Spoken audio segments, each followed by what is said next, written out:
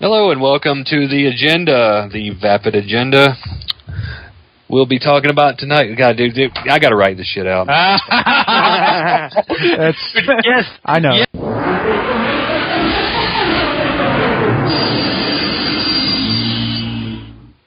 Vapid, adjective, offering nothing that is stimulating or challenging.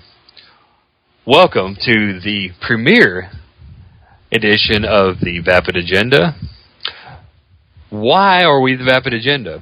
Well, because honestly, we're not going to offer you anything that's stimulating and or challenging. We're here to talk about the normal everyday crap that kind of distracts you from all your troubles, so I hope that's what we can do. With me, I'm the Sarge, by the way, the Sarge. With me is Nefarious McDucatron. What's up? I thought I was last, but I guess I'm first. You're all where I tell you are. Shit. I am Nefarious McDuke to the motherfucking Tron. Sparkle City Phil, are you out there? What's up, man? What's up, everybody? What you get is what you get. And it's me, J. Will. Well, actually, it's him, J. Will, or it's you, J. Will, J. Will. Yeah, it's J. Will here. Wow. That's all I'm leaving it at. Just wow. Just wow? Just wow. Well, we're not going to talk about WoW tonight. That's for another episode. But we figured we'd go ahead and break it down with something we all know about. Well, we all know about WoW, but maybe you guys don't. So we're going to start off with something else that's near and dear to all of us that are 30 to 40-somethings, and we all are. I know that. We're going to talk about Star Wars, and since it's episode 1 of the podcast, we figured we'd kick it off with episode 1 and get the dirty behind us. Guys, you ready for this, or? Yep. Piece of shit. What are you talking about? That's a timeless classic from my childhood. See, already, I'm very pleased. I'm very pleased. Yeah. How could you I remember. Do you guys remember the first time you saw episode 1? I do. I seen it the first day. I called out of work to go see it. I stood in line. Well. I stood in line for hours. I stood in no lines because no one was there to see it. Oh, man. I was a kid, and my brother took me. It was probably my first movie that I ever saw at midnight. Your brother hated you. My brother's a bully? Yeah, your brother's a bully and should be arrested for child abuse. Dude, I called in as well, and I remember the news was there, the local news was there looking for people that called out of work. I'm like, what, mook? Yeah, exactly. It is a trap at Mariah Bar. Because I'm like, what mook is going to get on the damn TV set and say, yeah, I called out of work so I could see Star Wars today. You're fucking fired. A lot of people did that. But we're all old enough to have seen the original Star Wars Holy Trilogy, which were episodes 4, 5, and 6. But that's not what we're talking about tonight. We're talking about 1, and I was so excited when it came out. Yes, it's been my master. How long between releases between Jedi and episode 1 Phantom Menace? Episode 1 came out in 99. Yeah. Jedi was 86? Or was it 84? I don't know. So we're talking 15, 16, 14, 15, 16 years, right? Yeah, it was way too long. That's why I got way too much hype.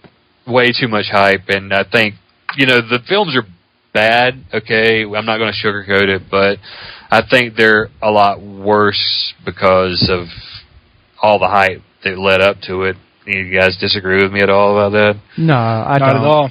I totally thought don't. it was great. I mean, that's the only way I'll be fair is, like, there's no movie that will ever exist that could have lived up to that kind of hype. Jay, well, you're back there kind of defending episode 1, so I was 11. I was 11, and it was awesome. Okay. Yeah. But so you didn't see really the original Holy Trilogy? Oh, I'd seen it before. I mean, well, yeah, but in syndication or on VHS, right? Yes. Yeah, I watched the VHS that my dad recorded off the TV from the 80s. So it wasn't so you did see original I have release? seen the very original, yeah. So you didn't see the first time you experienced Star Wars wasn't the special edition garbage. No. Okay, so you didn't grow up with Greedo shot first. No. I was going to say, I got a good story. I called in, and I ran into my boss's son in line with me. Hey, I was like, hey, man, please don't tell your mom I'm here. you go in and you're all hyped. It's Star Wars. We're gonna finally get some new canon movies for real Star Wars stuff. The books are great, but we're getting a movie. Okay. Opening credits, you get THX sound. All right, everybody's woo! 20th Century Fox logo. Yeah, that was the first time I ever heard anyone cheer in a movie theater. For the 20th Century Fox. No, when the scrolling a long time ago in a galaxy far, far away. When that shit came up, that's the first time I heard people fucking cheer in the theater. It was crazy. You get a long time ago in a galaxy far, far away. ... Opening theme, John Williams. I got a massive freaking 4-foot erection already, right? And then you get the crawl, and you know it's for real. You know you're getting ready to see a Star Wars movie, and then it's all downhill. Yeah, and then I'll tell you this. Piece of shit. I don't understand why everyone's so upset about this movie, because let me tell you something. 3 minutes and 5 seconds exactly into the movie, Obi-Wan tells us all, I have a bad feeling about this. Yeah. He couldn't have been more correct. Well, yeah, immediately you get recycled humor from Obi-Wan. Of course, we all know I have a bad feeling about this is said how many times in the first 3 movies? Has anybody got a stat on that? It's in every movie. 3? 3 times? Yeah. I know Leia says it once. I know Han says it once. Who says it the 3rd time? I don't know who says it, but it's in all 3 films. Or actually, it's in all 6 films. It's in all of them. Yeah, I'm sure it is. And it'll be in the 7th one, too. It will be. Money on it right now. If anyone wants to bet me, I'm sure Vegas won't. It'll be the scroll. It'll be episode 7. I had a bad feeling about this. That's the title of 7. I have a bad feeling about this. So give me your take, the Bruce, on the intro. The movie for its time, it all looked great and all that, as far as the effects and the way it looked, and of course George Lucas was all way too happy about CGI and all that. He went way overboard on that. But I don't know, man. I have problems with all kinds of shit. For one, I don't understand what's the whole Trade Federation boycotting. Why is there a blockade? What's so great on Naboo that they're exporting that they're blocking? Do they have the only supplies for weird fucking hair products to do those wacky fucking hairstyles? I don't know either. I've always wondered, what are they blockading? Obviously, they do something important on Naboo. Just straight up Iraq fucking fake war. Well, yeah. Well, we'll get into the political ramifications later. Phil, what do you think about the setup there for the occupation of Naboo? Yeah, it's too political for me. I'd care less. I think it's stupid. I don't have anything good to say about it. I'm not going to have anything good to say pretty much about any of this. So that's basically, that sums it up for me. Good night, everybody. Thanks for joining us. Hoover Deuces, bitch. Scroll the credits. Yeah, it's pretty much over. Jay Will, I know you can defend this movie, so man. you can attempt robots. Robots, come on! I'm so Fucking glad robots? you said that. Go on. Yes, we have robot battle droids. So we start off. We got Obi-Wan and Qui-Gon chilling. We got a bad feeling about this. They get met by the droid. They try and drop the gas on them, and they fight their way out. Whatever, doing Jedi shit, basically. But I was so stoked as soon as the lightsabers came out, because I was like, this is going to be a fucking hack and slash movie. I'm going to feel like I'm playing Diablo with lightsabers. But the whole plot was just fucking terrible. Even as an 11-year-old kid, I didn't get it. I still don't get it, It's garbage. As soon as the lightsabers come out, 2 Jedi, okay, 1 Jedi Master and 1 guy who's ready for the trials, get raffle-pwned by freaking droidicas. Okay, in less than 10 seconds, they're like, it's a send-off, let's go. They don't even try. What the hell? I'm real hype about lightsabers, but, a metal door is supposed to stop a laser beam, and there's all kind of physics problems in this movie. I'm gonna destroy it. Well, but it's not sci-fi. Before you even get to that, let me stop you there because he said robots. Yeah, that's one of my big beefs right there. Is the droids?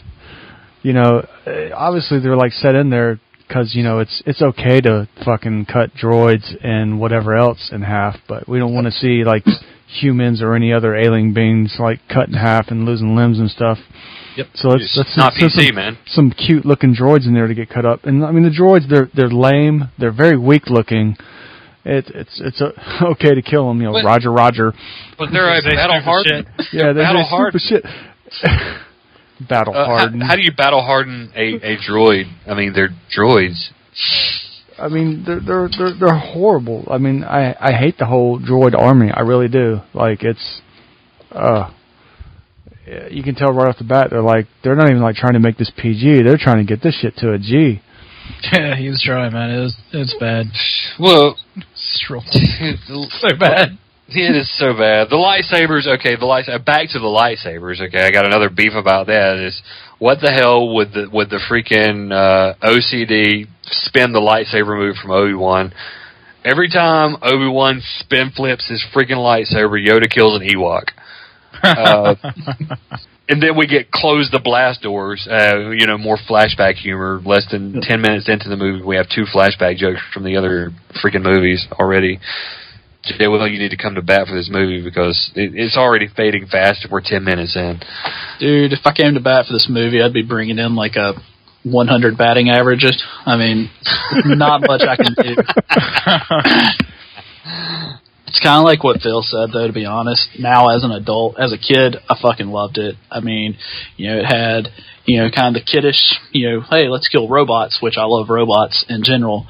But, hey, let's kill robots, they have no feeling or anything like that, and none of the fans will be emotionally attached to them, so we can kill as many as we want. So it kind of had that thing to me as a kid that I thought was really fucking awesome. But now as I've grown older and I've really just sit there and look at it and still try and get more into the plot instead of just actually watching things get hacked up, the Trade Federation's fucking stupid. Basically, this movie should have been completely avoided and just been the 3 paragraphs that start the movie for an actual good movie. That's what all this should have been. Well, good call, okay. Man. Good call. All right. Okay. They try to gas. They try to gas the Jedi, and of course, die access. Okay, right on. Why do you open the doors before the room's already? Just freaking leave the room closed. Why not? They come in, they cut through the blast doors, which the guy can't understand why a lightsaber's melting metal for some reason, and Droidekas own the freaking Jedi, and they escape.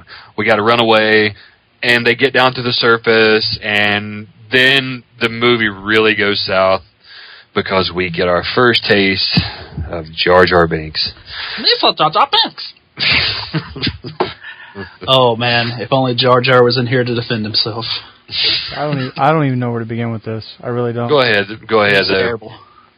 I don't know where to begin. I really don't.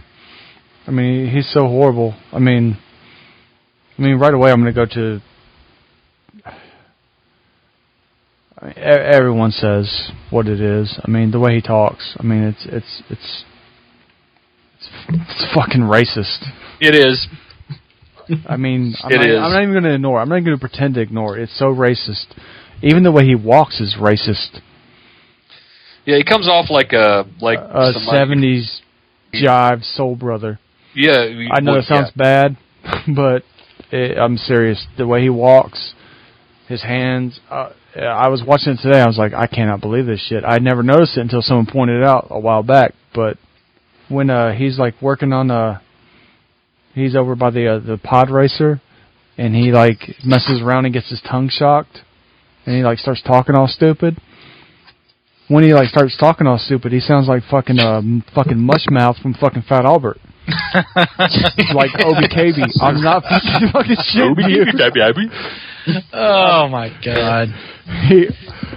Fuck Gungans. Yeah, Gungans are my cup of... Don't get me started on Gungans. I got fucking notes on Gungans, too. Yeah, we'll get to Gungans later. Gungans comes later. Gungans are even more fucked up than Jar Jar.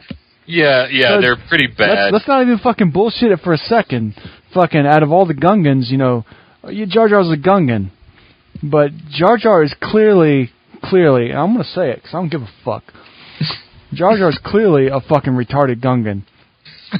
Yeah. And the Gungans are a fucked up species. I mean, he's clearly retarded. And they what make do him they do? a general? No. Before that, what do? He's fucking retarded, and he's like, oh, his version, me's a clumsy. Me's a retarded. Yeah. So they banish him. You're like, no, fuck you, retarded. Get the fuck out of here. It's fucked up. I do love the fact how we just brought out how Jar Jar, the creation of Jar Jar, is racist, and then we just go on like a fucking hate spree of his whole race. Well, yeah, pretty bad. It's pretty bad that he's an outcast for that race. You can't even stay with the Gungans. Yeah. It's not even a hate. I don't even hate the Gungans. It's like you can see how different they hate him. I don't hate the Gungans. They hate him. I didn't land on fucking Jar Jar Rock. Yeah, they're all fucking stupid, pretty much, and they were a waste of film. But they're like Ewoks. That's what they did. Yeah. No, Ewoks are cute. Yes. Ugly. Get the hell out of here. That's for a later day. No. Okay, so we find the Gungan, or we find Jar Jar, and Jar Jar's like, I'll take you to our hidden city, even though I've been banished. Sounds like a great idea already, right? And of course, the Jedi reach into their bat belts, apparently. It's totally a great idea. Meeting something that you just met within 45 seconds, not only are you going to listen to him, you're going to follow him. They reach into their belts, and they pull out their freaking Jedi scuba gear. Apparently, they have bat belts now. Yeah, they do. And they swim somehow, like, by the graphics, about 150 to 200 feet underwater. And if you know anything about diving, it's pretty difficult without Your gear. head would explode. And then the trial, and this whole thing is ludicrous. Somebody help me out with this trial or whatever the hell's going on here. We're brought in for questioning to the king of the Gungans. Oh, pretty much Qui-Gon just fucking Jedi mind tricked his way through all that shit. Because it's totally okay to do that when you're a Jedi. You can just totally fucking lie to people and fucking mind trick We won't them. talk about how morally unjustifiable all that is, Jay Will. Dude, gotta do what you gotta do for the greater good. Yeah. Yeah. It's a good thing they didn't see any hot bitches on the way. Well, dude, Big Brother loves you Did you see them fucking things? Exactly. We can rant about how bad this movie is. And I do like how we are going step by step through this, just shitting on it. I mean, George Lucas is amazing. I mean, we all owe the guy. I mean, 100% agree with you. We love Star Wars. We do. Yeah. We're bashing the fuck out of this movie right now. We're going to continue to bash the fuck out of this movie right now. I love George Lucas. Safe to say, we all love George Lucas. Yeah. How could you hate him? He donated billions to freaking charity. I don't give a fuck what he gave to whatever. He gave me Star Wars. That's all that matters. I don't give a fuck about his money. But George Lucas's greatest accomplishment is he made a movie where he made Natalie Portman, Liam Neeson, and Samuel Jackson all look like they're the biggest fucking piece of shit fucking actors. It's because George Lucas has great. That is a fucking feat. That is a feat that not many people. That's fucking hard to fucking do. How do you ruin Samuel Jackson, man? Yep. How do you ruin it? No, I'm serious. It's a three-peat. How do you fucking ruin?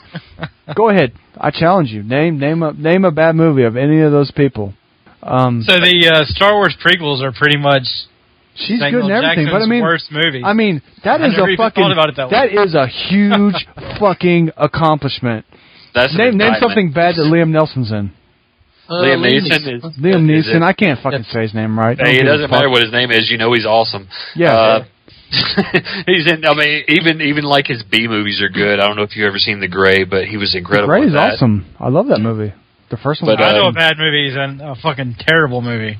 Well, go ahead. Say Batman, I'm coming up there to kill Yeah, if you you. say Batman, I'm going to have to go ahead and disconnect. Star Wars Episode 1, The Phantom Menace. But yeah, also, fuck Batman. But he was good in that. And he was actually a redeeming factor in this movie. I have him listed in my pros. Yeah, well, yeah, he's one of the only good things about the movie. No, he's not. Yes, he is. is. No, it's he's not his not. fault that the dialogue is written poorly. No, it's not he has, his fault that the dialogue is terrible. The best thing he did was died. He has fucking horrid fucking Look what he's shitty got to work one-liners. with. Look what he's got to work. Shitty one-liners. But he does a good job with them. It's not his fault. Yeah. He didn't write that role. He didn't write the dialogue. You know, He's you know what one I'm of saying? the only good things about that piece. Yeah, George Lucas can't write fucking script. I know. That's why Episode 5 is the best. Because I got 5 words for you. There's always a bigger fish. Yeah, we're getting back to the movies. Yeah, that when they get their transport and for whatever reason decide to intervene with. Don't worry, the Force will guide us. They need a guide. That shit They is need a guide. horrible. We need a guide. This Gunga may be of use because we need a guide through the planet core. And then how are we getting through? The Force will guide us. Well, why the hell did you need a guide? If Jar Jar just would have came out and said it, I would have been okay with it. Misa sucked George Lucas's dick. And then we go through the planet core. And I guess it's a really small planet because if you get deep enough, then that little ship they're in is going to be crushed by the weight of the water. And of course, they come out the other side. Well, you do the bigger fish joke 2 times within 5 minutes, where you have them attacked by a fish and they get eaten by a bigger fish. Happens twice in less than 5 minutes, folks. Phil, what do you think about the bigger fish? Stupid. Yeah. Jay will defend it. I thought it was a lifelong lesson that I learned, and I Shut the fuck up, man. Get the fuck out of here, man. This is not the fucking deadliest catch. Oh, why are you putting? We need a bigger boat. What the hell is this, Jaws? False shark. Our shark. Come on, man. The CGI. That was. Well, yes, I'm going to say it was a CGI overboard, but it was like a new thing at that time. This is 1999. Yeah, it's like a new toy. It was a CGI overboard. I mean, a lot of it is bad, but I will say one positive point, and this is probably the first fucking positive point that's been brought up in this podcast. Overall, most of the CGI is overdone and it looks horrible. The cities, they look amazing. Well, the battles even later on are quite good. I thought. I didn't rewatch them. They're blocked out still. I don't like Digital Yoda, but we'll get to that later. But you're right. The cities on Naboo are freaking incredible. Props to those guys. Yeah, here's a problem. The blockade. How shitty is this blockade? Because I mean, you see the blockade, and there's like all these like ships. They're not even ships. They look like fucking space stations, and it's surrounding the whole. They're surrounding the whole planet, and then they decide to leave Naboo, and one ship, not 5, not 10, not 20, one ship leaves the planet, and this shitty ass fucking blockade can't stop one ship. Because of this noble R2 unit that goes out and fixes some shit. I mean, they did fuck their hyperdrive up. I mean, that's something. I mean, give them a little credit. I give them no credit. Okay, yeah, that was a terrible fucking block. And on top of that, why? Since when? It's such a weird thing. They like treat all the other droids like they don't, like they're nothing, and they don't exist. But yet. This one R2 unit goes out and fixes some shit, which is programmed to fucking do, and they got to fucking start draping fucking medals on this motherfucker. Well, I mean, he did just save the queen, and we're gonna give him medals, but we don't give Chewbacca one. Chewbacca doesn't even get a medal. Oh gosh, so we get back to the city, and we finally get a scene with Darth Maul, and arguably the most underdeveloped great villain character ever. What do you think? He was good. I liked him. It's not like Darth Vader exhaling there. That's what I think. Disappointment. That was like a lot of disappointment coming out. He's got the Fed effect.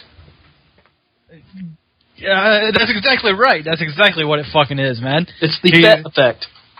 But he has lines at least. Fett didn't have like what 2 lines. Fett got to nod and shit. I mean, he got to do that. Dude, we won't even go into Boba Fett because he's the most overrated great I think character of all time. Almost as overrated as Boba Fett. Well, he just doesn't get developed enough, man. You don't get enough of who he is and where he came from, and I would like to know more. I would like to know more about Darth Maul, honestly, and I thought the trilogy would have been better. We could have had that, but we'd rather deal with fucking Jar Jar Binks than something like Darth Maul. Yeah, I mean, Darth Maul would have been a great opportunity to improve the film, but they needed the comic relief, I guess, with Jar Jar. Darth Maul should have gone into the second film at least. Yep.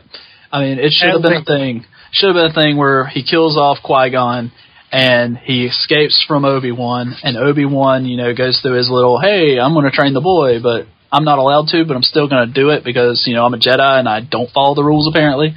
And so he needs Anakin to help him overpower Darth Maul. That's how I felt like it should have been. Well, I always felt like I wanted Anakin. Yeah, well, that was just crazy. I was just going to talk over it, man. I just got that. I wanted Anakin to end up beating Darth Maul to become, the apprentice. I think we could have skipped the whole Darth Tyrannus thing, I like General Grievous, but I don't really like him as a Sith apprentice. I've been trained in your Jedi arts. What the hell? But we need to get back to episode 1. But yeah, I just kind of think that Darth Maul was not developed enough. I wanted him to tie into Anakin. Yeah, he's definitely. I mean, there's no contest. He's the best. He's my favorite thing in episode 1. He barely beats out he barely beats out my second favorite thing in episode 1, which is the fucking Jawas fucking going Utini fucking during the pod race. Tusken Raiders. Well, the problem is the Jawas are in there too. Yeah. Well, I mean, the problem is as soon as he does something and we get excited about him being a badass, he dies. Well, yeah. This dude's the shit, and he died. The problem is George Lucas is just like fucking Al Davis from the Raiders. Rest in peace. Created something great while he was young, and then fucking as he got older, it got worse and worse. Yeah, that's the problem. Once they actually get to Tatooine, though, that is a big pile of shit for the whole story. Don't give a fuck about pod racing. Yes, it sounded cool in theaters, but dude, that was lame. Well, it sounded cool when you were 11 years old. I'll tell you what was cool about pod racing, though. The effect. The pod racing game that came out on Sega Dreamcast. Yeah, it was also an arcade, right? Yeah, arcade was even better. Yeah, I forgot about that. Sega Dreamcast was awesome, though. And the Tatooine vacation catalog I received in the mail about you wanting to spend time at the beach? Come on down to Tatooine. It's nothing but beach, motherfucker. That is awesome. But I mean, I just hated that whole, let's go to the desert. My Jedi mind tricks finally don't work on someone. And then, the most unlikely of all pieces of shit. Yeah. You mean the junkyard? Toydarians. I like Watto, okay? I like Watto. He was a good CGI. Watto? I like that. Not Watto. Like skeet in his face.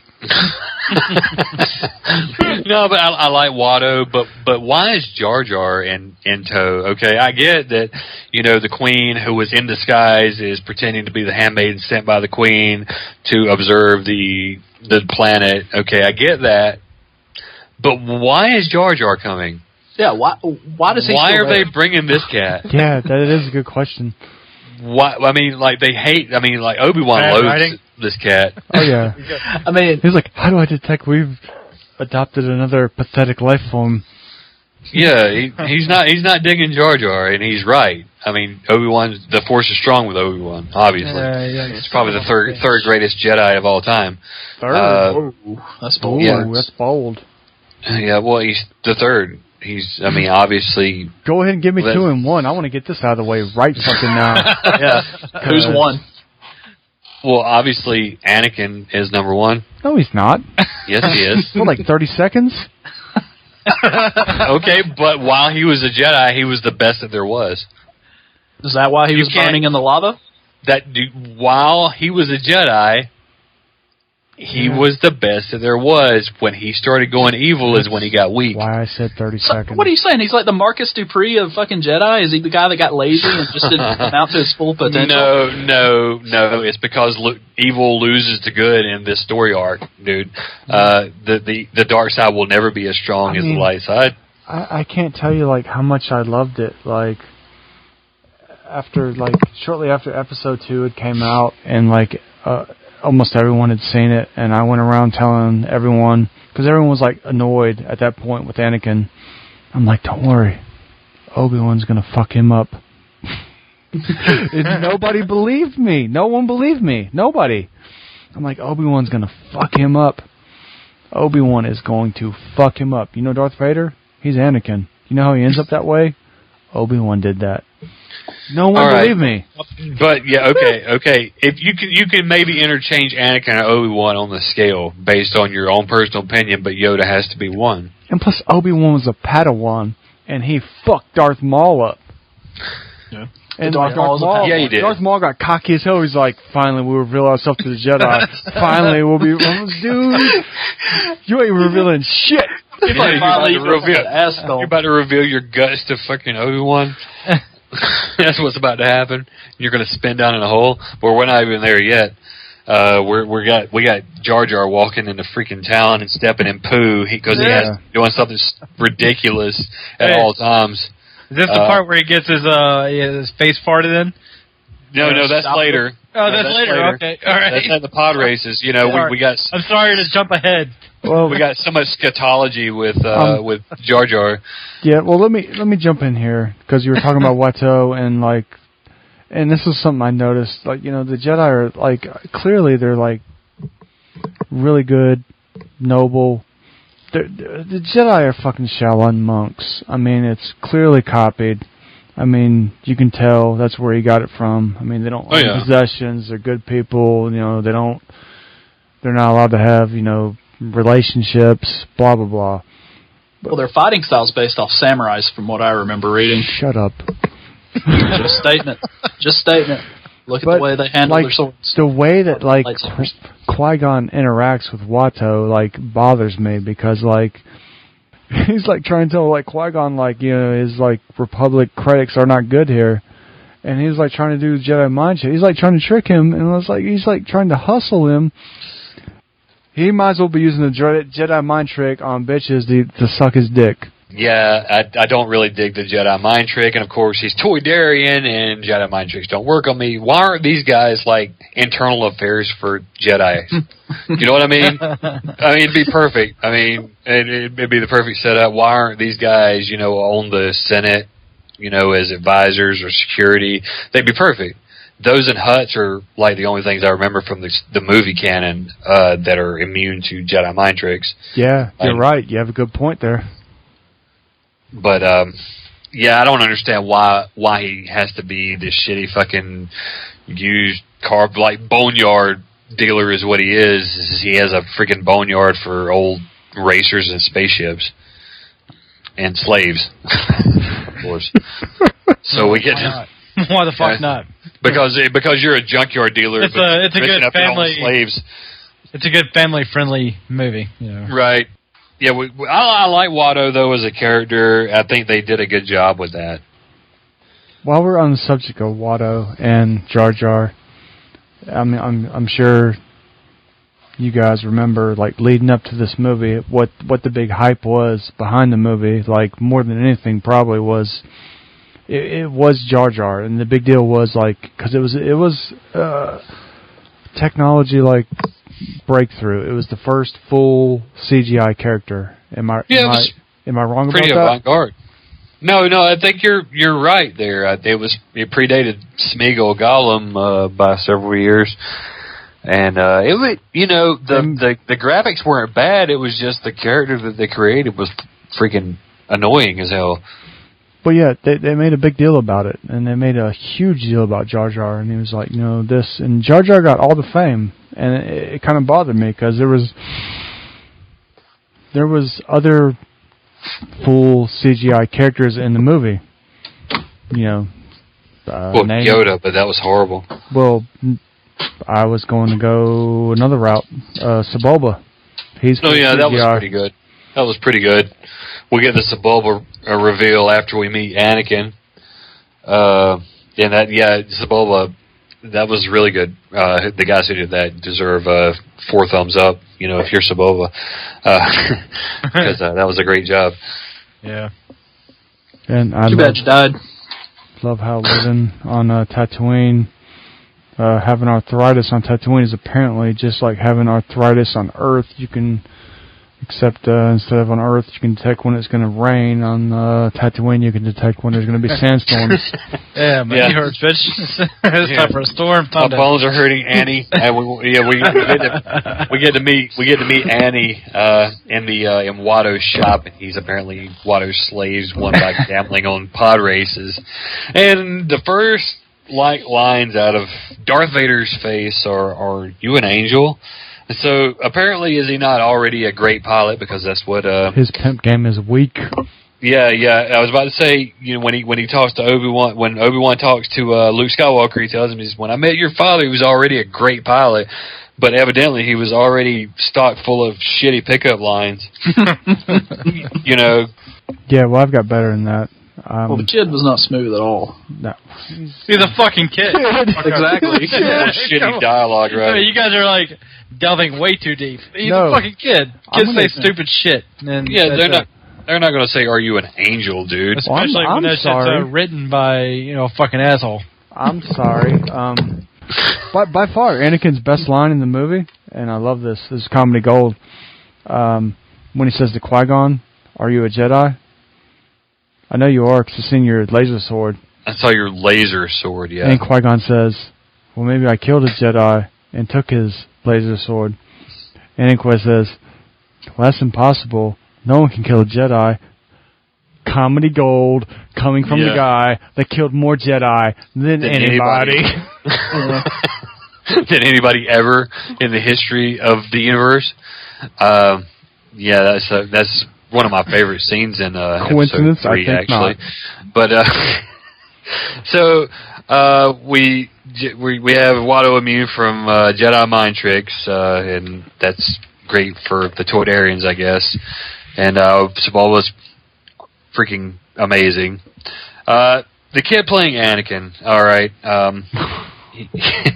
He's probably a fine actor, or a fine kid. What else has he done? Well, nothing, because how do you recover? Jake Lloyd. His name is Jake Lloyd. How do you recover? Yeah, you're right. How do you recover from those lines that you're given, man? I mean, it's got to be the worst dialogue writing in recent memory. It's pretty bad. I mean, I guess to be fair to him, it is pretty bad. He didn't recover.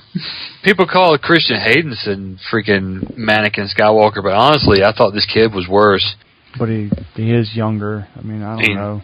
Honestly, sandstorms are very, very dangerous. I mean, honestly, dude, I could probably program a computer to sound more lifelike than that. Are we going to get to the biggest thing? What's up? We're almost at the fucking pinnacle of the horridness.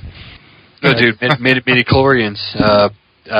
Okay, all of a sudden, the Force is due to a bacterial infection of some sort, where it's a yeast infection. Yeah, pretty much. STD.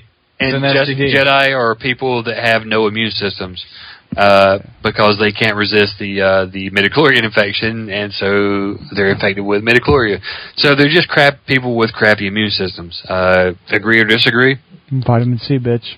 I think it's an STD. It's handed down. I hope that midichlorians are present in episode 7. I need more nails. I need more nails, man, to still this coffin shut. So I don't know more midichlorians all the way around. I don't know if I'm backing us up a step or moving us forward a step, but I fucking, more than anything, cannot believe they pulled there was no father, son. Oh yeah, fucking Jesus shit. Anakin is Jesus. Anakin is the Messiah figure, the evil Messiah figure. I mean, I think the Anakin Skywalker arc is a great story arc. I just think the dialogue was poorly written. Okay, well, he is a Skywalker, so. Just that the films were kind of bad. Sorry, George. All around. But we got to get to the C-3PO reveal because we find out that that when C-3PO says "bless the Maker" in Episode 4, we find out he's talking about Darth Vader because apparently Anakin built the freaking thing. I don't know how I feel about that. Phil, what do you think about this? Well, like everything else, I think it's really stupid. When I looked at C-3PO back in the day, and then I saw what we call Episode 1, I was like, wow, Jar Jar is the C-3PO of this movie. No. And come to find out, at the age I am now, I was totally wrong. I didn't mind them bringing C-3PO into it, and God forbid they, loop everything together. Oh, it was made by Darth Vader or Anakin at that time. I mean, they're just kind of grasping at straws, trying to link everything into the story of the original. And it's just a little too much for me. I agree. It's an easy cop out because hey, it's a droid. We could just erase its memory at any time. And they did a couple times, didn't they? Yeah, they did. They did it at the end of Episode 3. Actually, I had a big problem with that. I thought it was unnecessary. It's a droid in the service of the Empire. Why did you have to tie it together that much? I mean, I just thought it was one step too many, and like you said, grasping at straws. It's 100% right. It was stupid. Yeah, we get to Maul. We get more Maul. Fuck him. Fuck C-3PO. Fuck C-3PO. Let's go on to Darth Maul because he's very cool. His hands down, his main line of the fucking whole movie. At last. Finally, we'll reveal ourselves to the Jedi. Finally, we will have our revenge. Okay. Am I wrong here? But is it not the Sith's, main objective to remain, secretive? And, not... I mean, I don't get it. I thought the whole Sith thing was to be deceptive and, secretive. Well, I don't know. And he's, talking about revealing ourselves, he's peekaboo. Well, it depends on the lore and how far you want to go back. I mean, that could... Peekaboo, I'm a bad motherfucker. Peekaboo. He's just an apprentice, dude. He's just an apprentice. He's not a Sith Lord yet, and obviously he's young, dumb, and full of Darth Maul cum. And how come the fucking Emperor didn't fucking backhand him right there? He should have slapped him down a little bit. I kind of felt like Palpatine, or excuse me, Darth Sidious should have been a little more heavy-handed with Maul. I feel like Sith apprentices shouldn't be speaking so much. I don't know. I disagree. Heavy-handed with all 5 minutes he was on screen. Right? Yeah, there should have been a lot more Maul and a lot less Jar Jar, and I think we have a different movie review here. I agree with that. I kind of like Darth Maul stepping up, trying to be the cocky, arrogant badass. I mean, it's kind of because it totally worked out for him. Well, yeah, I mean, right. It did, but I'm saying that's kind of what you would expect from a Sith. Someone that's a cocky, arrogant badass. That's kind of how Anakin was when he started to turn. Yeah. Well, I mean, I guess it takes a special kind of person to be a Sith, so I agree with you there. I'll give you that. Their passions get the better of them, and that's where they draw their strength. So, yeah, I guess you're right there. And why does Palpatine need to, keep him on a tight leash? Because he knows that, Anakin is, well, I guess not at that time, well, but down he doesn't the line. know yet, but at the end of the movie he does. I mean, he doesn't need Darth Maul. If anything happens to Darth Maul, he can replace him. You have to have an apprentice, and nobody's ready. They don't have another candidate at that time. He has Maul, and Maul is his guy, and there's only ever two. All right, so okay, we all agree Darth Maul is pretty good in the movies. If not a great character, I know Phil is not big on Maul, but he's still one of the highlights of the movie. Do you disagree with that, Phil? I can't really disagree that he's one of the highlights, but he was underused. I think he was sort of just a waste of space, man. I mean, 5 minutes of screen time isn't going to make up for the rest of this piece of shit. That's just how it is. I can't disagree with that, but I mean, that doesn't make I don't think Darth Maul's character bad. Well, I will 100% say that he is right up there with Boba Fett as overrated, useless. You don't need him. He didn't really need to be there. I disagree with you, but I respect your opinion, buddy. he is sure the Fett effect. I'm sure most people will, but I mean, yeah, Darth Maul was a great selling point, I mean, because, back in 99? Yeah. You didn't really need a selling point. They should have put him in more. They should have made his story greater, and they fucked it up. Yeah, they ruined it, and it's the same with Boba Fett, and it's the exact same thing. It's 100% the same thing. It's not the same thing because with Boba Fett, they didn't know that he was going to be that popular. With Darth Maul, they knew. They fucking knew. Actually, I guess you're right. He's got a double lightsaber. That's just never been seen before. They fucking knew. We know the Jedi are in town in Tatooine, and we're tracking them, and we find Anakin, and he offers to help, and Shmi, of course, he was meant to help you, she's a prophet, I guess, for the Messiah Vader, Jesus. And so we go back to Watto, and we somehow con him into fronting the money for this. We promise our freaking Naboo cruiser for the front money. We're going to have Anakin race with this thing that he built in his backyard. Because we see what a great job he's done building C-3PO. He built it with all of his midichlorian power. Right. He was super midichlorian level 3, and built his super cruiser or super pod. And we go to the pod race, and honestly, it's the biggest waste of time in cinematic history. We just need to know that Anakin's a great pilot because Obi-Wan says it in Episode 4. We don't need 20 minutes of exposition and special effects with the whole pod race. I think it's garbage. I know the younger kids are going to love it, but I just think it's unnecessary. Anybody have the same Let's be fair. Opinion? This whole movie was unnecessary. I would like to go back to the fact that I think it should have been the opening 3 paragraphs that scrolled in for an actual movie. But since we didn't get that, and we just have to sit back and accept that Jar Jar Binks and pod racing and the Fett effect on the coolest character in there, and then the other coolest character in there, Qui-Gon, dies, I just think that we just don't have much of a movie here that's worth it.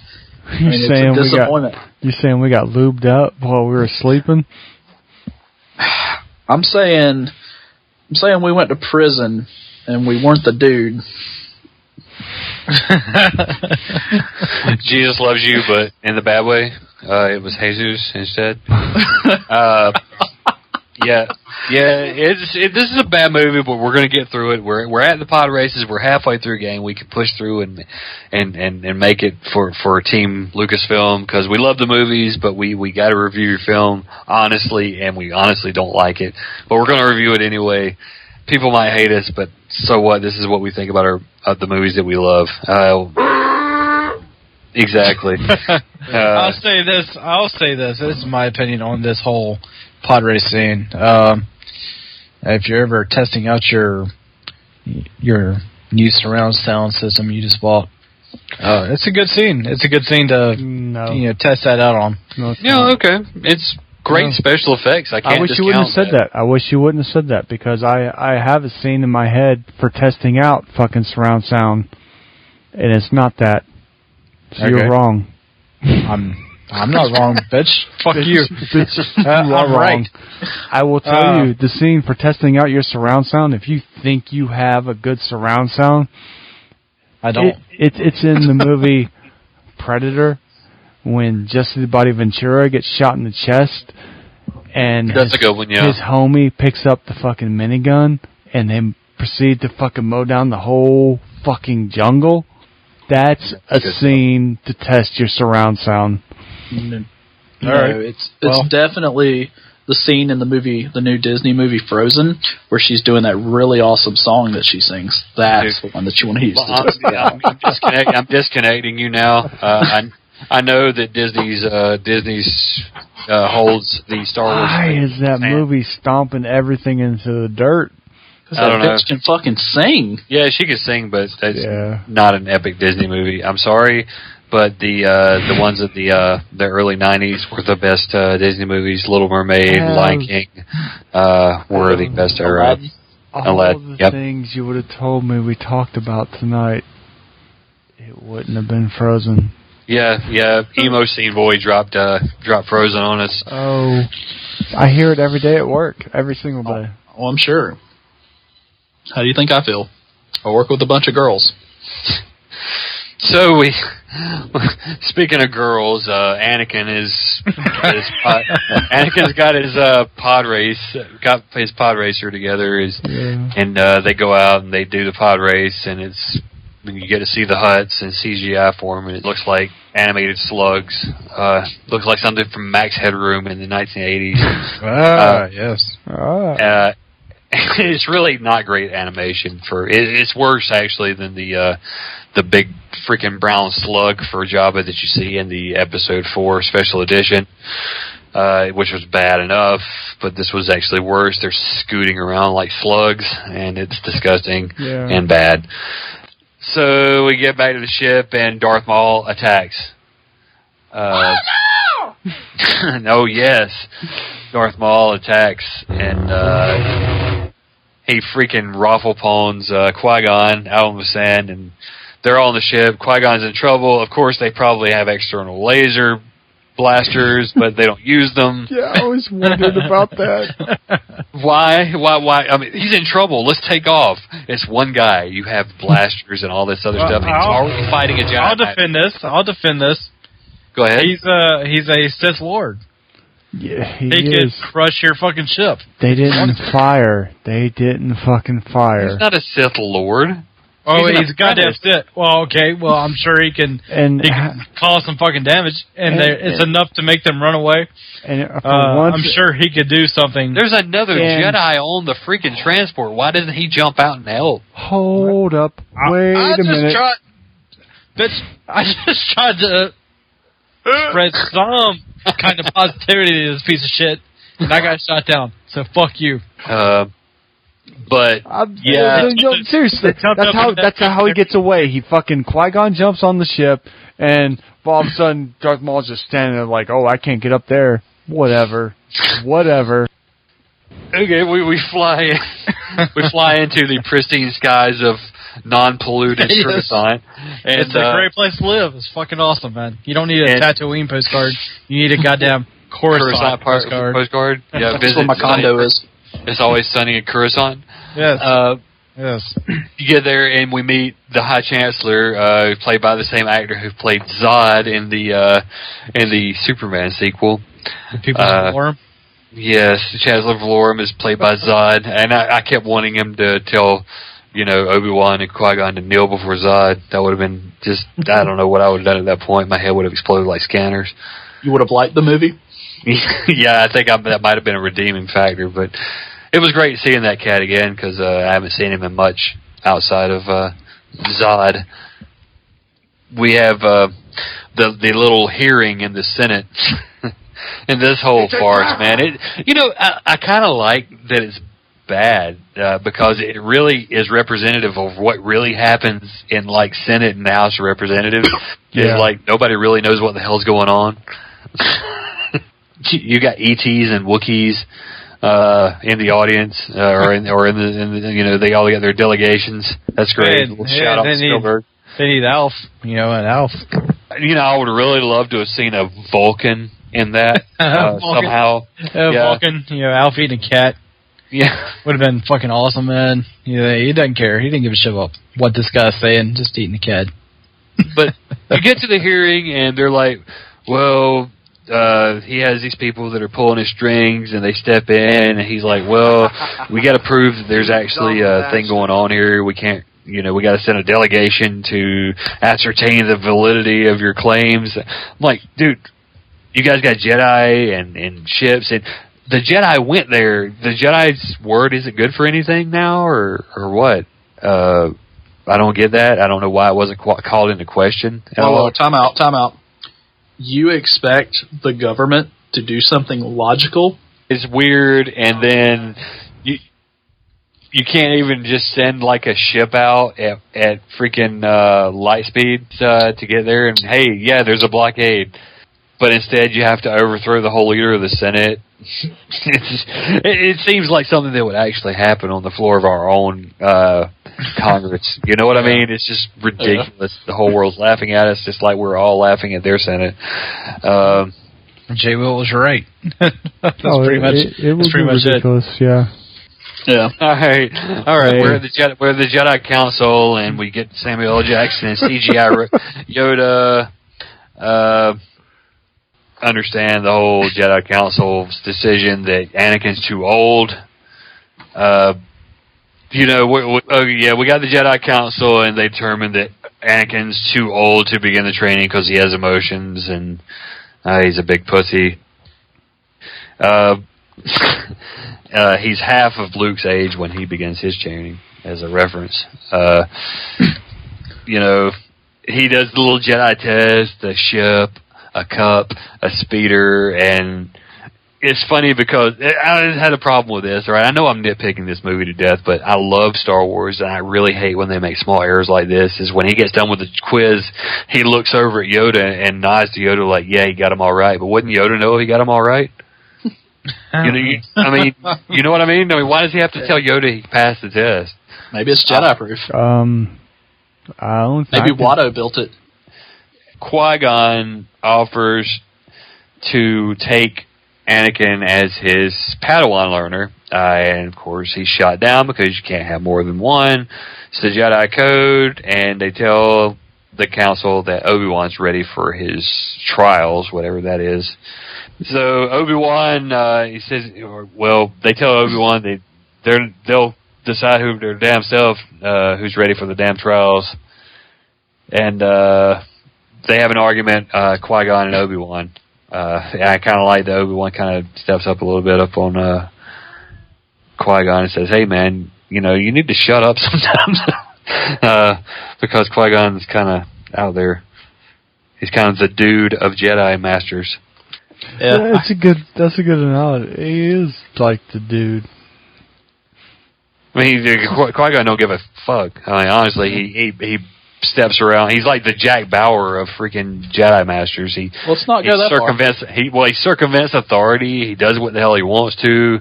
It's pretty much Jack Bauer territory there. He's the one that discovered and taught fucking the whole Jedi spiritual communication after you're dead. Yeah, he taught people how to come back from the dead, man. He's ultimate transcendental badass. He's like a Zen master. He's the only character above Yoda.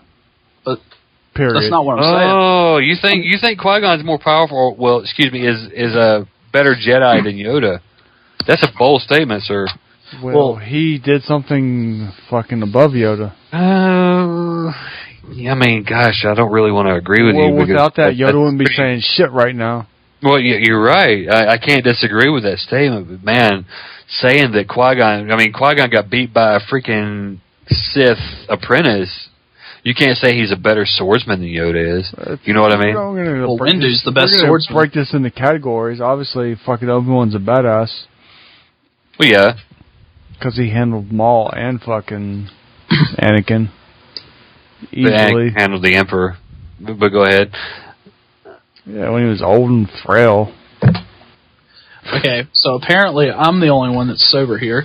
So, I'd just like to go ahead and apologize to everyone for not only bringing up a terrible 2-hour movie, but having a terrible 2-hour conversation about a terrible 2-hour movie. I'd just like to apologize for that ahead of time. You don't have to apologize for me being awesome. That's ridiculous. Oh, man. I just like how we're going step by step about the plot of how terrible this movie is. We all knew what was going to happen here. Oh, yeah. I'm not even going to pretend for a second. I mean, I tried my best not to be negative, but it was like... You can't not be negative about this movie and be objective about it. Yeah.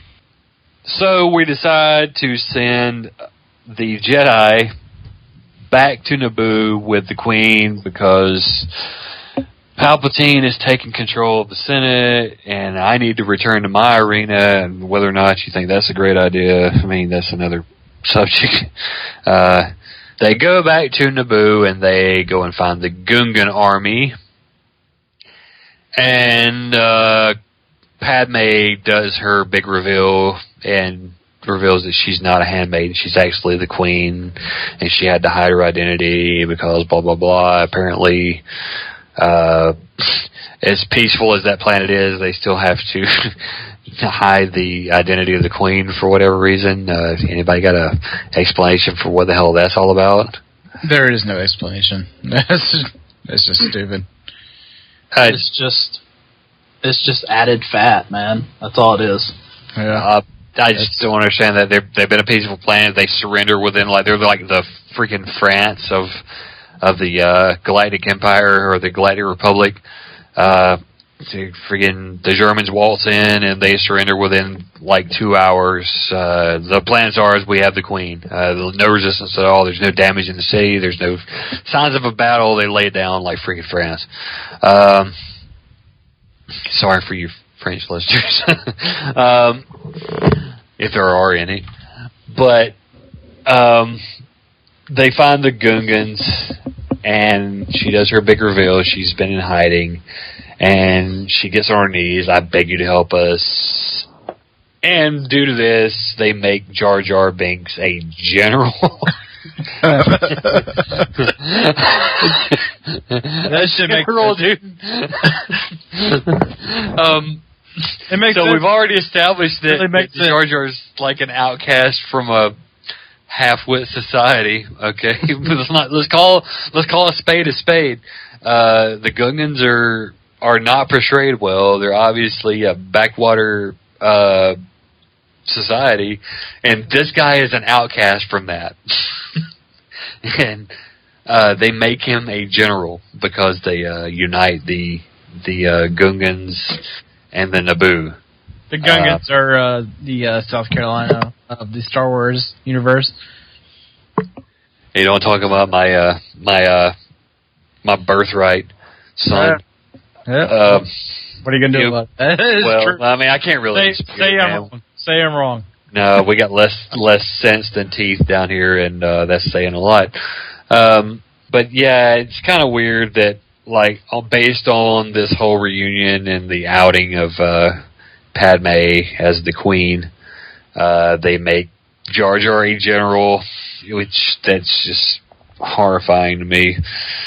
And so they come up with their little plan, and it's, we got to capture the Viceroy because for some reason one person incapacitates the entire organization. We get the droid army marching onto the field, and the droid army versus the Gungan army, I thought was actually really good CGI. It looks like the screensaver or the desktop for the Windows, the big green rolling hills, and the really blue skies. Anybody else have an opinion of that? It looks really good to me. I was just going to say, I don't like how the Gungans use snow globes as their weapons. Yeah, what the hell? It's like weaponized Hadoukens or something. Shinru Hadouken! Yeah, exactly, man. It's like, what the hell? They weaponized Dragon Balls. I don't get that, and then the battle with Jar Jar is like King Fucknuts and everything. Every clumsy thing he does ends up being the right thing. It's straight up fucking Ewoks versus Stormtroopers all over again. I thought the same thing, man. I'm glad I'm not I feel there. it all through and through. I call it Little War on the Prairie. That's just me. Yeah. Well, you have this whole parallel. I'm really sad to say this, but Anakin and freaking Jar Jar are basically doing the same thing in this battle sequence. They're both fucking up, and somehow they manage to do the right thing. Anakin's supposed to be this great pilot, and they take off. They have a little battle in the hangar, and he takes off in the Naboo fighter, and it's on autopilot. Okay. I can turn off autopilot on my truck while I'm freaking checking my Facebook status of smoking with a little button on the little column of my steering column. But yet in the Star Wars universe, you can't disengage autopilot without a freaking astromech droid.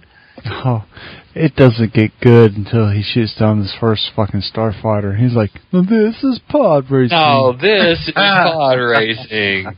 Yeah, but he's supposed to be this epic pilot, and he's like, hey, let's try spinning. That's a neat trick.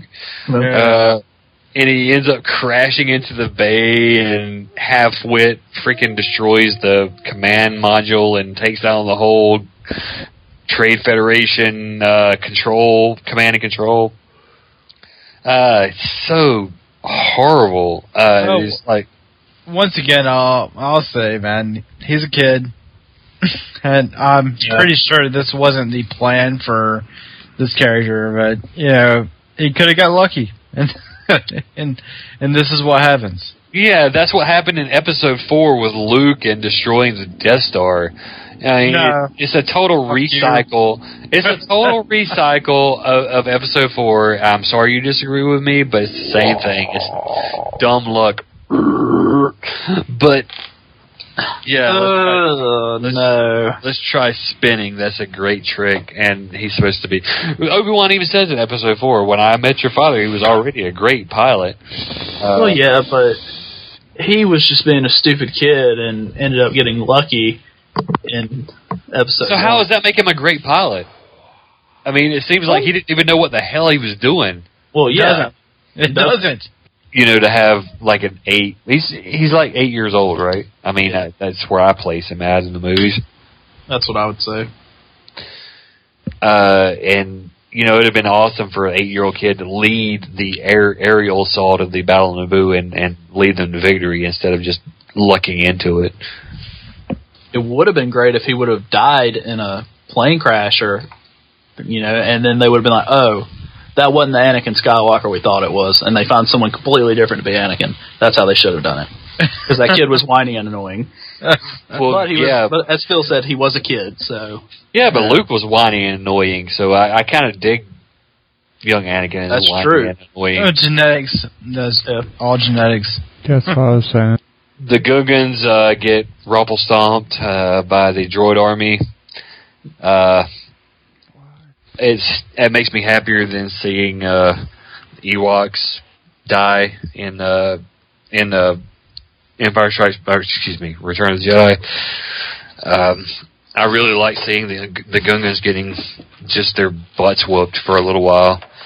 But that was a really good CGI battle. It's kind of ridiculous. They should have never stood a chance against a quote-unquote battle-hardened, end-quote, droid army. I don't know how you battle-harden a droid, because they're droids. You update their drivers. That's how you do it. Okay, right on.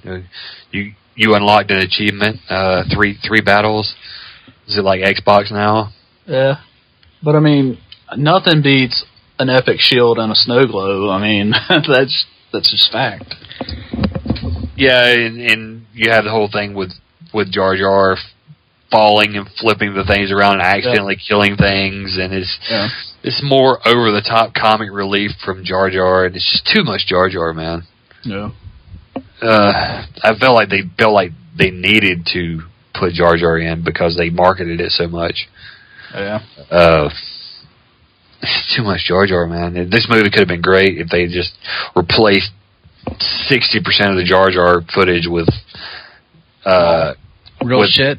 Anything, substance, not just filler, which is what Jar Jar is. Like, pod racing is all filler. This movie could have been an hour and 45 minutes and a great movie. Instead, it was like 2.5 hours and a shitty movie.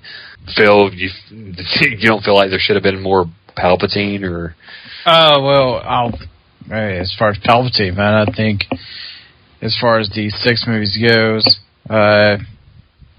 that's the one character in the entire fucking trilogy, or set of movies that is awesome. That's probably the greatest character in the entire thing. I can't disagree with that. I like Palpatine's arc. I just wish there'd been a little more exposition. There's no other character that is in all 6 movies that is just fucking great. I disagree. So you're not a big C-3PO fan then, I take it? I'm partial, I guess. I don't really care about C-3PO. I have to disagree. I have to go with Obi-Wan Kenobi's up there. He might not be better, but he's good. I'll go with that. I like Obi-Wan. Because Obi-Wan is in all 6 movies, and Obi-Wan is a fucking great character. And Obi-Wan, even in this piece of shit prequels, he's good too. So yeah, I agree. Obi-Wan's probably a better character than the Emperor, but I think that there could have been more of Palpatine's backstory and his motivations and why he's doing what he's doing. I never did really get a feel for, why. The Dark Plagueis is pretty cool. Kind of getting a little bit of the backstory. I think it's kind of nice that they gave us a little taste of it to kind of see, where he came from and how he got to where he was. But, I felt like the Emperor needed more. He needed more of a backstory. I mean, all we really got out of it was he was power hungry in basically all aspects of his life. He wanted to be the most powerful he could with the Force. He wanted, to have control of people by taking over the Senate. He was just power hungry, and I think they could have played him out a lot more and made him a lot more badass. But, I mean, they dropped the ball. Yeah, they really failed with the Emperor. I don't think they failed with the Emperor. The Emperor, they did a great job. I mean, they could have done so much more to kind of, because let's face it, the Emperor is probably not the majority of people's favorite characters. What's his motives? I just don't. Yeah. I mean, I understand he's power hungry and he's a Sith. He's a Sith Lord based on killing his master, but why did he turn to the dark side to begin with? What were his motivations for killing Darth Plagueis? People probably know this sort of thing, and there's, like I said, some guy somewhere in his mother's basement screaming right now because I don't know the answer to this. But go ahead in the comments, email us at vapidagenda@gmail.com or hit us up at Vapid Agenda on the Twitter, as the cool kids like to say, and let us know what the backstory is there is if you know it. But we get to the epic lightsaber duel with 5 minutes of awesomeness. 5 minutes, yeah. This is probably the best part of the film for me, is the lightsaber battle between Darth Maul and Qui-Gon and Obi-Wan. I guess you can say featuring Obi-Wan because he's not really there the whole time. No, he's kind of... White man can't jump, so he ends up out of the battle for a minute. And I mean, I've watched that fight probably 4 or 5 times during this whole podcast, and it's awesome. I mean, it is the best scenes of the movie. It's the best scene of the first 2 movies, actually. I'll agree 100% on that.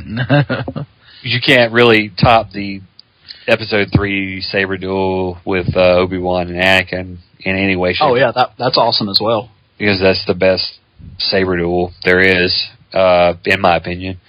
Yeah. Yeah, probably. I'll agree with that.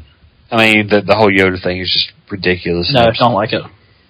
Yeah, of course, Qui-Gon gets owned by Darth Maul, which is kind of a bittersweet thing, but it's kind of an epic win at the same time. I will say this. Qui-Gon gets an epic backhand on Maul, and I never noticed it until watching it just now today. Dude, he slapped the shit out of him. Okay. But other than that, he got dominated. I slap you, you stab me with a sword through my freaking guts. I think you win. Right, exactly. I mean, other than that, he got dominated in that fight. That's what I'm getting. But he was dominated. But here's the weird thing: is like the field goes down and Qui-Gon Obi-Wan goes in, and he's all full of rage and anger. And what is that? The antithesis of everything that you train the Jedi to be. But what do you guys think about that choice, the way they played it out? I mean, it seems kind of weird, given that you're trying to set up the light side as the stronger. I think this is how I think they should have done it. If they wanted to go with, his anger just kind of taking him over and he beats Darth Maul that way, I would have liked for Anakin to be present there to kind of put in Anakin's head that the dark side is powerful and then start his journey to the dark side there. That's actually not bad. Yeah. But no, he's playing Gallica. Galaga. Actually, at this point, he's playing my starship. No, he actually destroys the control ship before Darth Maul gets his comeuppance. But yeah, he's not around. He's out playing fake starfighter. I personally think that, man, it was great for, the fight scene. It was great. Ray Park, Darth Maul, awesome. Very awesome fighter. He's really training, all the martial arts and all this stuff, and it was a greatly drawn out scene. But as far as the story goes, oh my God, they ruined what could have been a very great, villain. Yep. It's just terrible. Yeah, I totally agree. It's the Fed effect. Yeah, definitely. The Fed effect. I'd never heard of that, but yeah. I made it up just to let you know. The Fed effect. Is that a TM on that? Yeah, I'm trademarking that right now. So we're all 0153 on the Fed effect? I'll give it to him because that's what it is, man. It's the Fed effect. You thought Darth Maul was going to be this huge badass that comes in and, just makes short work of everybody. And he makes short work of Qui-Gon. Yeah. Not really. I mean, he's fighting two Jedi. One's a master. And the only reason he's not on the council, quote unquote, is because he goes against them all the time because he's the dude, or he's Jack Bauer, whatever. So you get Darth Maul's destruction at the hands of Obi-Wan, which is a pretty cool death, I guess. It's just no, it's a good cinema trick. That whole thing is just bad. I think I agree with you that Darth Maul should have stuck around, but if you're going to dispatch the guy, at least get him cut in half by... Darth Maul should have, injured Obi-Wan and, escaped somehow or whatever, man. He should have gone on to the next movie. It would have made it worth watching. Yeah. I won't even go into how Episode 2 is one of the worst movies I've ever seen in my fucking life. Yeah, we'll get to that next podcast. Look forward to that because we're going to rip Episode 2. If you thought we were bad with Episode 1, you have no clue. Because Episode 2 is the worst, most disappointing movie I've ever seen in my entire life. And that's saying a lot. Anybody disagree with that statement? I don't. I don't. Oh my God. Episode 2 is... Oh, Yeah, episode 2 is just not good. So we win. Everybody wins. Anakin half-wittingly destroys the control ship, which disables the droid army, and Jar Jar half-wittingly destroys half of the droid army before the command and control. Well, they get captured, and he surrenders really quickly, rather. And everybody wins. The 3 phases all triumph, predictably. And we have a recycled awards ceremony / scene, kind of reminiscent of the end of episode 4, where everybody gets together and it's a love fest, and you kind of have to expect to hear freaking Ewoks in the background singing "Celebrate the Love" in the background, but it's really hokey in the end. It's the only redeemed by John Williams' cue in to the epic traditional Star Wars ending. We finally reached the end of the epic dismantling of episode 1. But what redeeming factors are there for this movie? Lightsaber fight. I mean, it's a great lightsaber fight. Not much else. Phil, I know you're the biggest hater of this movie out of the 4 of us, I think. Is there anything positive you can give back to it? I liked Darth Maul for what he was. One thing I will say about this movie is, before it came out, man, I was pumped up about the whole thing. I went out with my brother, and he's a Star Wars super fan. He always has been. And we went out to the Toys R Us and got the dolls and shit. And it was a really cool time. It was really awesome. I had a lot of fun. Pretty much until the point that I actually saw the movie. And even the first time I was like, I was trying to trick myself into thinking it was a good thing. But it was nothing.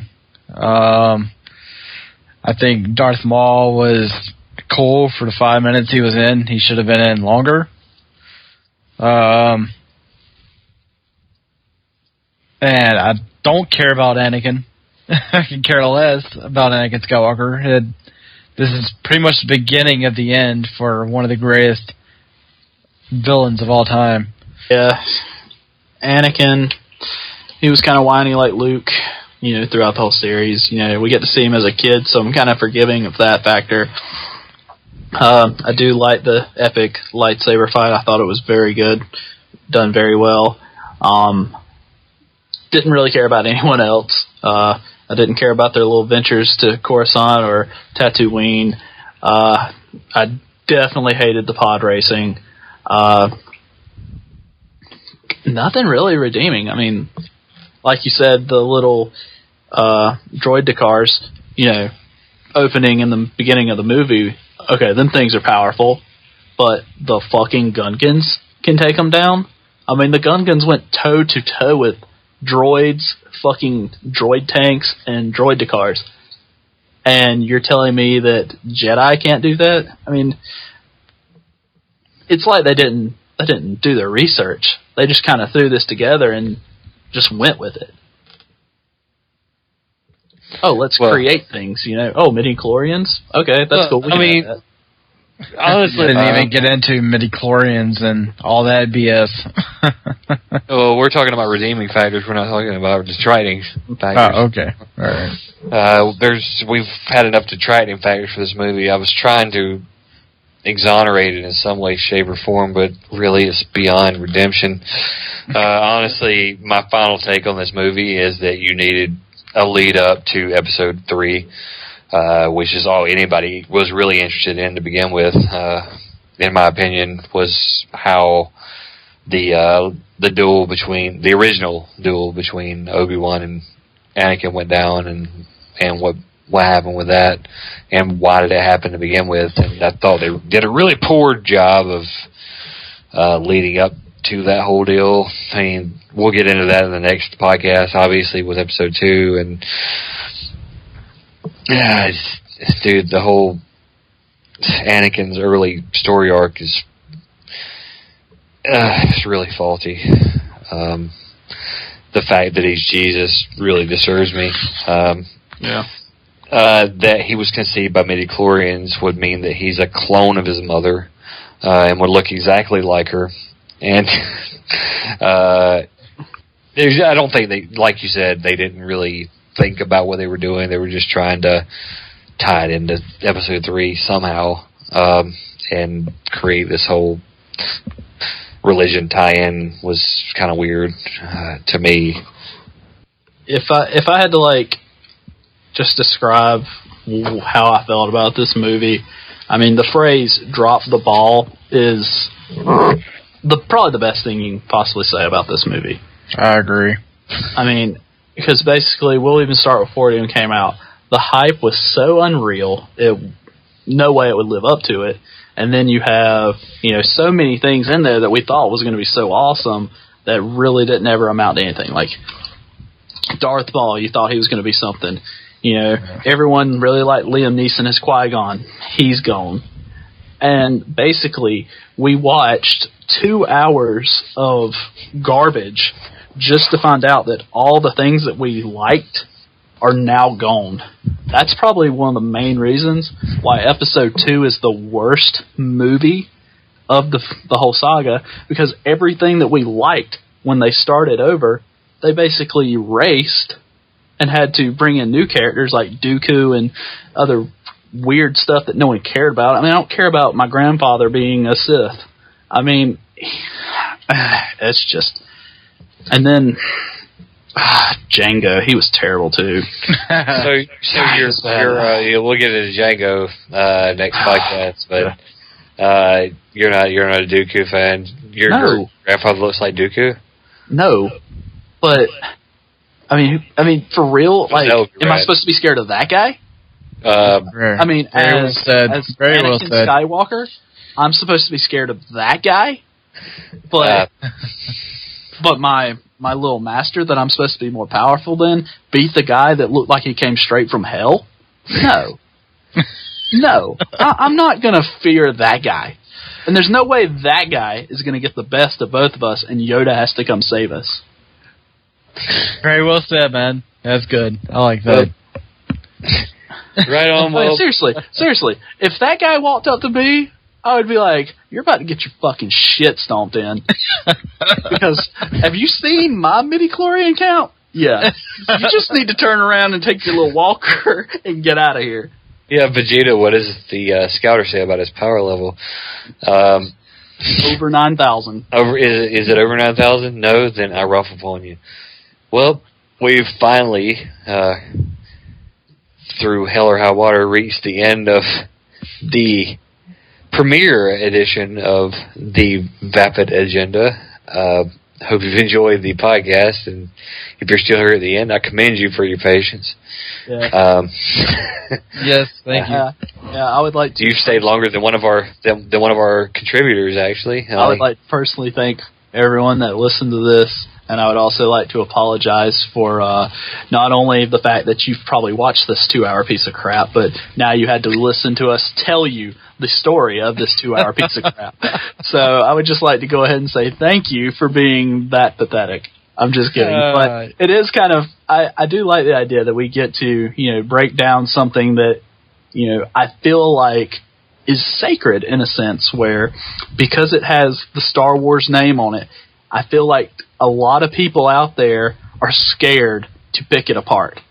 But anybody who saw the original trilogy is going to almost unanimously say that the first 3 films in theater were better than the prequel trilogy. Oh, yeah. Yeah, 100%. Yeah, I just think that, if we're going to classify everyone that's watched the movie, I'm not saying just the fans, but if you take everyone that's watched the movie and you kind of break it up into like Star Wars fanboys, I guess if you want to call it that, and people that just kind of watched the movie and enjoyed it but aren't really like super into Star Wars, I think those people, would be like, oh yeah, it's a good movie, blah, blah, blah, blah, blah, Star Wars, yeah, it's good. But people that really, like you said, took in the original 3 and saw them in their glory, if you saw the original 3 before you saw the new ones, you would kind of understand, like, the fanboyness of it and how bad the prequels really are.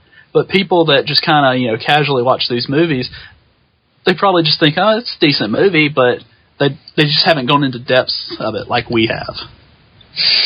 Yeah, that's very well said. Yeah, I spent a lot of time in my youth. I hate to date myself, but I remember seeing the original Star Wars film, A New Hope, Episode 4, in theater on a drive-in projection screen. So that'll give you a little backdrop on my time frame. I just did too much CGI, not enough good script writing, really spotty storytelling, and just kind of grabbing at straws, putting stuff together. It's really cobbled up and prepackaged for success, but it's a marketing deal, and I think the viewers lose and the producers win. They got their money back and then some, so they got what they wanted, and we got a Star Wars film, but it wasn't great.